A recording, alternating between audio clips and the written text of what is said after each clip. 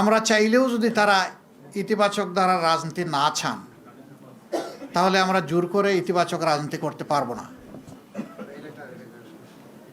নির্বাচনে যারা সংখ্যাগরিষ্ঠ আসন পেয়েছেন, যেভাবেই পেয়ে থাকুন, এ ব্যাপারে আমাদের যথেষ্ট অবজারভেশন, আপত্তি আছে।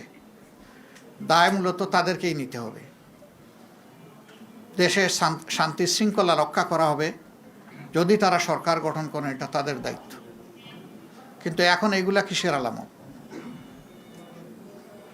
এখন এইগুলা বন্ধ করতে হবে। এখনো যদি বন্ধ করা না হয়, আমরা বাধ্য হব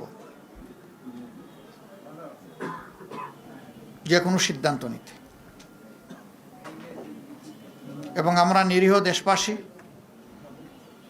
যারা ভালোবেসে একটা পরিবর্তনের পক্ষে গণভোটে হা বলেছেন এবং আমাদেরকে ভোট দিয়েছেন, সহযোগিতা সমর্থন করেছেন, আমরা তাদেরকে বলতে চাই, আপনারা যেমন আমাদের সাথে ছিলেন, আগেও আমরা আপনাদের সাথে ছিলাম, আজকে থেকে আরও শক্তভাবে আমরা আপনাদের সাথে থাকব।